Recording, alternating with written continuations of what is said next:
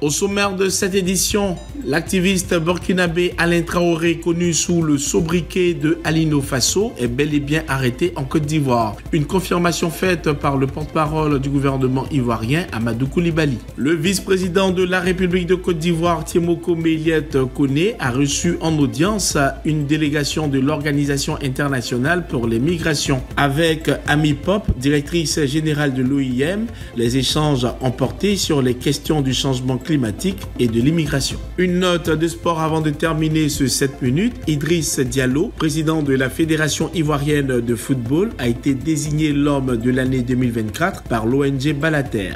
Les détails dans cette édition. Alino Faso est bel et bien arrêté en Côte d'Ivoire. La confirmation de son arrestation a été faite par le porte-parole du gouvernement ivoirien Amadou Coulibaly le mercredi 15 janvier à l'issue d'un conseil des ministres. L'activiste burkinabé Alain Traoré, réputé proche du régime militaire burkinabé, aurait été appréhendé pour ses prises de position controversées sur les réseaux sociaux. Il est accusé d'actes susceptibles de troubler l'ordre public. Personne n'est porté disparu en Côte d'Ivoire. C'est vrai que très souvent, c'est des choses que l'on lit ou que l'on entend, mais vous devez savoir que toutes les interpellations se font dans les règles de l'art, et je peux vous confirmer que M. Alain Traoré a été interpellé. Aujourd'hui, il y a une procédure qui est en cours, donc je ne peux pas en dire plus, mais vous savez très bien que tout est fait dans la transparence. Lorsque cette procédure arrivera à son terme, vous aurez, comme cela se fait d'habitude, toujours dans ce souci de transparence et de redevabilité, un communiqué donc du procureur de la République. Le samedi 11 janvier, Sena Traoré, l'épouse d'Alino Faso, a lancé une alerte sur les réseaux sociaux, révélant qu'elle n'a plus de nouvelles de son époux. À titre de rappel, cette arrestation intervient dans un contexte marqué par une brouille diplomatique entre la Côte d'Ivoire et le Burkina Faso.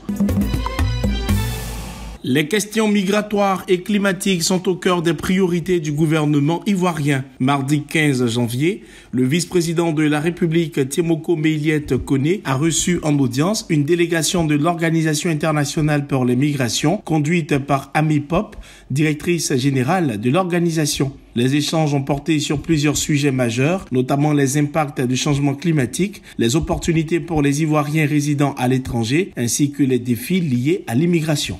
La Côte d'Ivoire joue un rôle très important dans cette région, surtout avec le phénomène de migration.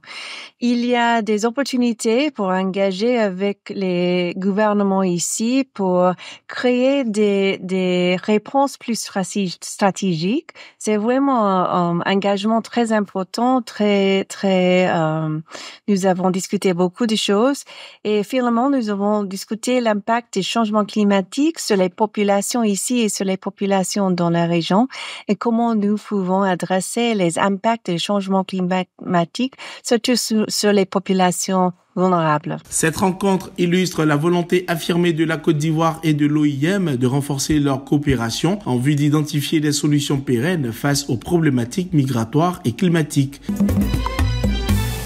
La présentation des vœux de Nouvel An au chef de l'État se poursuit en Côte d'Ivoire. Le monde académique, les entreprises publiques, le secteur privé et la société civile lui rendent hommage pour son engagement au développement du pays. Grâce aux multiples réformes que vous avez initiées et à la politique de diversification menée, le taux de croissance de notre PIB restera élevé à environ 7% l'année 2025, avec une augmentation attendue l'année prochaine à 8,3%. La Côte d'Ivoire figure désormais dans le top 10 des premières économies d'Afrique et les perspectives restent très encourageantes. À son tour, le président Alassane Ouattara a remercié l'ensemble des acteurs pour leur contribution au succès de la Côte d'Ivoire. Je voudrais vous adresser à tous, chefs et cadres d'entreprises privées et publiques, responsables d'organisations de la société civile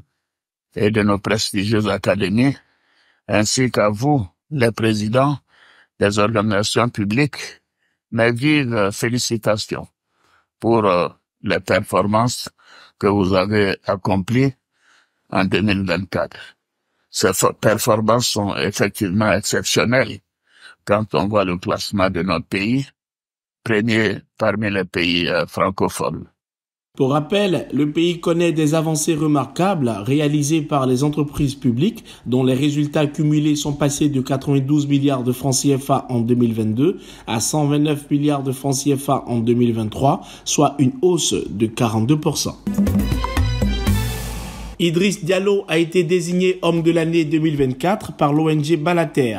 Mardi 14 janvier, il a reçu son trophée lors d'une cérémonie au siège de la fédération à Abidjan. L'événement a réuni plusieurs personnalités, notamment des membres du gouvernement et du monde sportif et associatif. Sous sa direction, le sport roi a retrouvé sa gloire d'antan, illustrée par la victoire historique des éléphants à la 23e édition de la Coupe d'Afrique des Nations organisée sur notre sol. Ce triomphe n'est pas seulement une réussite sportive, mais aussi un symbole d'unité nationale et de fierté collective. Deuxièmement, nous avons mesuré sa capacité à mobiliser et à inspirer. Malgré les défis initiaux, M. Yassé Idriss Diallo a su fédérer les acteurs du football ivoirien, des joueurs aux supporters, en passant par les dirigeants. Je voudrais dire que ce trophée, je l'accepte, mais il n'est pas le mien. Acceptez, Madame la ministre, et Monsieur le ministre, que je vous le donne pour que vous le portiez à celui qui en est le vrai propriétaire, c'est-à-dire son Excellence Alassane Ouattara, qui nous a tenus durant toute cette année.